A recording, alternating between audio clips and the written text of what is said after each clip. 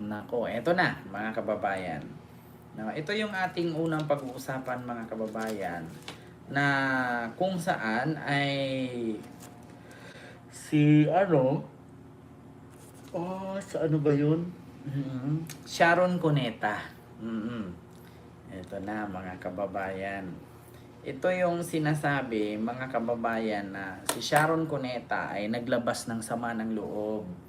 No, kaya pala mga kababayan, kada na lang eleksyon, laging pinapatamaan ni Sharon itong si Sara. At sabi nga ni Sharon kamakailan lang, no, nakaraang araw yata, na last week yata yon, na sabi kay PBBM na mali your BP choice, no. Diba? Ma'am Ana Alsaga, very sensitive ang mga DDS pag may bumabanat sa puo nila, 'di ba? Oo, Ma'am Arcile, ayun, may love shout out po. Ganun talaga, mga kababayan. Like po kayo, mga kababayan. So ito na nga, mga kababayan, kaya pala sa mga nagsabi, dahil ba si Kiko ay Vice President at si Sara ay Vice President at pareho nga itong si Kiko at si Sara ang kandidato bilang Vice President noong 2022, kaya ba ay ganun na lang si Sharon kung mag-react? Kaya ba ay ganun na lang si Sharon kung magbuelta or bumanat kay Sara? May rason pala, mga kababayan. Kasi ganito po yan. Bago natin tatalakayin itong kwento, mga kababayan, ni Sharon Cuneta patungkol sa galit niya kay Sara Duterte. Kung kayo po ba sa sitwasyon ni Sharon, mga kababayan, matatawa ba kayo o magagalit? Mamaya, sagutin niyo yan pagkatapos ng ating babasahing article. Ito po mga kababayan, meron po ditong isang article sa news, no? Ito po ang nakasaad dito, mga kababayan. Ayan. Ito po ay mula sa Unofficial Bato Solid Supporters. Ayan, ito po, Unofficial Bato Solid Supporters ang nag-post, mga kababayan, patungkol kay Sharon. Ngayon, kung kayo ang nasa sitwasyon ni Sharon, matatawa ba kayo? Ito po mga kababayan, nakalagay dito, Sharon Cuneta. Ayan, basahin ko lang ha. Sharon Cuneta naglabas ng sama ng loob, no, kay Sara Duterte at sa mga Duterte. Bakit? Kaya pala mga kababayan, laging si Sharon may patama kay Sara at sa mga Duterte. Ibinahagi ng singer na si megastar Sharon Cuneta ang kaniyang sama ng loob sa mga Duterte, lalong na kay Sara Duterte na nag-ugat sa umano'y ginawang pambatikos ng mga DDS sa kaniyang pamilya. Naglabas siya ng sama ng loob, mga kababayan. Sa isang pahayag, sinabi ni megastar Sharon Cuneta na kasama rin sa kanya ang kinasasama ng loob ay ang tila pagtataksil ng mga Duterte at kay Sara Duterte sa kanila noong tumakbo ang kapatid ng singer na si megastar Sharon Cuneta, no, ang kapatid niyang si Chet Cuneta sa pagkaalkalde.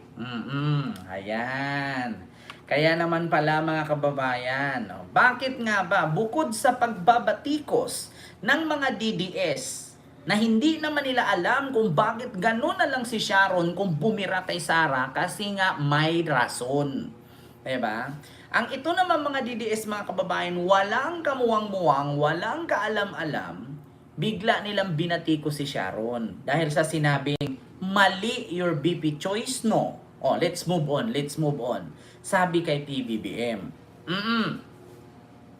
So ang sabi dito, sa isang pahayag, sinabi ni megastar Sharon Cuneta na kasama rin sa kaniyang kinasama ng loob ay ang tila pagtaksil ng mga Duterte at ni Sara Duterte sa kanila noong tumakbo ang kapatid ng singer na si megastar Sharon Cuneta, ang kapatid niyang si Chet Cuneta sa pagkaalkalde. Ayon kay Sharon Cuneta, mismong ang mga Duterte ang naghimok sa kaniyang kapatid na tumakbo sa pagkaalkalde sa Pasay. Si Digong, si Sara ang naghimok kay Chet Cuneta na kapatid ni Sharon Cuneta na patakbuhin bilang mayor si Chet Cuneta sa Pasay. Alkalde, mayor, sa Pasay. Ngunit nagulat na lamang umano sila noong suportahan ni Vice President Sara Duterte ang kalaban ng kapatid ni Sharon na si Emil Calixto Rubiano. Ayan. Kaya naman pala mga kababayan. Kaya nagulat na lang daw, hinimok daw ni Digong at ni Sara ang kapatid ni Sharon na si Chet Cuneta na tumakbong mayor ng Pasay City. Hinimok, ibig sabihin, kinausap, pinush. At yun na ngayon, kinausap, hinimok, pinush. Na tumakbo itong mayor sa Pasay. Ngunit mga kababayan, nagulat na lamang umano ang pamilyang Cuneta noong suportahan ni Vice President Sara Duterte ang kalaban ng kapatid ni Sharon na si Chet Cuneta, ang kalaban nito bilang alkalde ng Pasay na si Emil Calixto Rubiano. Patay kang bata ka. So kung kayo ngayon ang nasa sitwasyon ni Sharon Cuneta at ng pamilyang Cuneta, matutuwa ka ba sa ginawa ni Sara at ng mga Duterte sa kanila?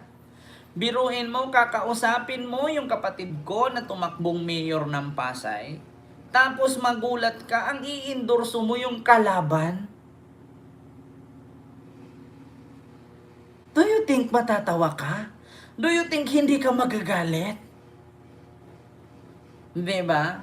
Ano ang magiging reaksyon ninyo mga kababayan? Matutuwa ka ba na trinaydor ka? Hinimok ang kapatid mong tumakbo bilang mayor, tapos nung kasagsagan ng eleksyon, ang tinaas ng kamay yung kalaban, samantalang kayo yung naghimok, tapos sa kalaban kayo kumampi. Anong mangyayari mga kababayan? Matutuwa ka? Sasabihin mo bang praise the Lord? Sasabihin mo bang sana all? Sasabihin mo na bang yehe? Ganon na ba talaga? Traidoran? Ngingiti ka na lang ba? Mga kababayan, ngingiti ka na lang ba pagkatapos mong malaman na pinapatakbo ang kapatid mo? Tapos ang endorso ng nagpapatakbo ng kapatid mo ay yung kalaban ng kapatid mo. Putang ina mga kababayan, matutuwa ka ba? Matutuwa ka ba? At sasabihin mo bang praise the Lord, I'm happy because I'm loose? Diba? Kung kayo ang nasa sitwasyon o kalagayan ni Sharon Cuneta mga kababayan, talagang magagalit po talaga kayo. Talagang hindi po talaga kayo matutuwa. Diba? Ilang taon ko din silang halos hinayaang masaktan. Diba? Habang pinapagtanggol ko pa ng pilit si Tatay Digong. 'Di ba? Sabi ni Sharon, ilang taon ko din silang halos hinayaang masaktan habang pinagtanggol ko ng pilit si Tatay Digong. Pero sobra na kayo. Ayaw kong makasama ang mga tulad ninyong walang awa o puso. Ilang beses na kaming nasaktan. Napakasama ko namang asawa at ina pag hinayaan ko pa na magpatuloy yun ng nakasmile lang lagi. Di ko na kaya. Sabi ni Sharon Cuneta, 'di ba? So ibig sabihin mga kababayan, hindi pala si Sharon bumira lang ng ganun-ganun. Ikaw ba naman himukin mong patakbuhin? Oo, didiis talaga si Sharon. Pinaglaban nga daw niya si Digong, Ilang taon ko din silang halos hinayaang masaktan habang pinagtanggol ko ang kanilang tatay, si Digong. Pero sobra na kayo. Ayaw kong makasama mga tulad din yung walang awa o puso. Ilang beses na kaming nasaktan. Napakasama ko naman na asawa at ina. Pag hinayaan ko pang magpatuloy yung nakasmile lang lagi, hindi ko na kaya. Ma'am Luisa Macmillan, mega love shoutout po. Diba? Ayan na, mga kababayan. Oh, yan ang sinabi ni Sharon Cuneta. Oh, alangan naman hayaan na lang niya, ngingiti na lang siya at magsabing walang nangyari, hindi siya niloko, hindi sila trinidor ni Sarah. Alangan naman ipagpatuloy ni Sharon na sabihing mahal niya si Tatay Digong. Ayan. 'Di ba? Oh, ayan na mga DDS, alam nyo na. Oh, sa mga nagsasabi ngayon, sino ang budol? Si PBBM o si Sarah? Diba? May rason. Kaya naman pala sabi ni Megastar Sharon Cuneta, mali ka ng BP choice no. Let's move on, let's move on. Sabi ni Sharon yon. Kaya naman pala, kaya kayong mga DDS, tigil-tigilan ninyo yung pagtatanggol ninyo sa mga Duterte nang hindi nyo alam kung anong rason kung bakit sila binira. Hindi nyo alam kung anong rason kung bakit si Sharon gano'n na lang kagalit kay Sarah. Pasalamat nga kayo, nagsasalita lang yan na mali ang BP choice mo. At hindi niya isinabing budol yung idol ninyo. Budol yung Sara Duterte ninyo. Di ba? Kita nyo yan? Hinimok na patakbuhin ang kapatid mo pagka mayor ng Pasay City. Tapos kalaunan, noong endorsement day or night na, ang inendorso yung kalaban, putang ina. Kahit sino po mga kababayan, magagalit po talaga. Kita mo yan. Kinausap ni Digong at ni Sarah ang kapatid ni Sharon. Tumakbong mayor ng Pasay. Ngayon, nung kasagsagan ng endorsement na ng gabi, rally, huling meeting de avance, huling araw, huling gabi ng pangangampanya, biglang inendorso ni Sarah ang kalaban ni Chep Cuneta na si, anong pangalan nun mga kababayan? Emil Calixto Rubiano. Oh, ngayon, alam nyo na mga DDS. Oh, paki-comment. Paki-comment ngayon. Kung sino ba ang may mali, si Sharon o si Sarah? At bakit gano'n na lang si Sharon magsalita laban kay Sarah? Di ba? Alam nyo na, mga DDS. Kaya bago kayo mag-comment, bago nyo babuyin si Sharon, siguraduhin yung si Sharon ang may kasalanan at hindi si Sarah. Kasi sa mga binulgar ni Sharon ngayon, trinidor siya ni Sarah at ng pamilyang Duterte. Diba? Kung walang DDS, walang kakamping. Sa totoo lang, itong idol ko dito sa Saudi, hindi buo ang araw ko pag di ko mapanood. Salamat po, Ma'am Jubilin. Diba? Ma'am Jenny Ramos, silo po. Yeah? Ay, nako. Tigilan mo na ako, Pokemon Pikachu. Ikain mo yan, gutom lang yan. Yeah. Sir Kenry, may kilab shoutout po kay Arthur De La Cruz. Good evening, watching from North Caloocan. God bless you always. Ayan.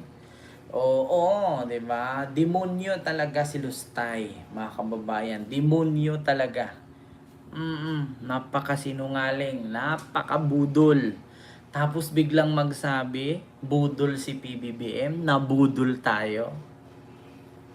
Samantalang sa karanasan ni Sharon Cuneta, biruin nyo, megastar yan, sikat yan, artista. Tapos ganyan ang isukli ni Sarah. Kapatid ni Sharon, hinimok daw ni Digong na tumakbong mayor ng Pasay. Tapos kalauna nung dumating ang huling meeting di avance o rally, ang inendorso ni Sarah at ng mga Duterte ay ang kalaban. Putagis na yan. Di ba? Budol talaga. Traidor, budol, sinungaling, manluloko. Di ba? Ayan. So, yun po mga kababayan. Ayan, ang ano ni Shawi. Sabi niya, tuwang-tuwa kami nung inendorso siya ng Pangulo at ni Inday Sara. Tapos nagulat kami, pati ang kalaban niya ay inendorso rin. May narinig ba kayo sa amin kahit nasaktan kami? 'Di ba? Yan ang sabi ni Sharon. Oh, may narinig ba kayo? Pagkatapos traidorin ng mga Duterte ang kapatid ni Sharon at si Sharon, may narinig ba kayong statement? Ngayon pa lang, mga kababayan, ngayon pa lang sinabi ni Sharon Cuneta yang sikreto na yan na pag-traidor ni Sara sa kanilang kapatid. Hinimok ni Digong na tumakbong tumakbong mayor ang kapatid ni Sharon. Tapos ang mangyari, ang inendorso ni Sara ang kalaban ng kapatid ni Sharon. Nakakatuwa ba? 'Di ba? Matutuwa ka ba kung ikaw nasa sitwasyon ni Sharon? Pasalamat nga kayo, si Sharon yan lang ang sinasabi. Oh, pero si Sara mas matindi sa ginawa. 'Di ba? Walang kapatawaran yung ganyan, mga kababayan. Walang ano yan diyan. Hindi mo matanggap yung ganyan, mga kababayan, kahit ako. Kahit ako. Hindi ko matanggap yung ganyan. Hindi ko talaga mapapatawad. Siyempre, biruin nyo, magkano ang gagastusin bilang mayor? Ang laki-laki, mga kababayan. Kung wala kang mga 50 million, naku, talo ka. Kasi yung mga programa noon, yung mga padamit, yung may mga sasahuran ka pa doon ng mga nagkasamang mga ngampanya, 'di ba? Yung mga pakain. Tapos magugulat ka sa huli, ang i-endorso yung kalaban. Ano 'yun? Oh, kung ikaw tanungin kita, mga kababayan, matutuwa ka ba o magagalit? Kung ikaw ang nasa sitwasyon ni Sharon, kung ako tanungin, nasa sitwasyon ni Sharon, putang ina, araw-arawin kita. Aalok-alukin nyo yung kapatid ko tumakbong alkalde ng Pasay. Tapos ang i-endorso ninyo yung kalaban ng kapatid ko. Nakakatuwa. Nakakatuwa ba?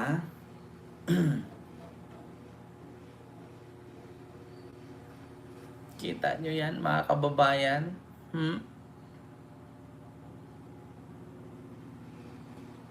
Diyos ko, mga kababayan.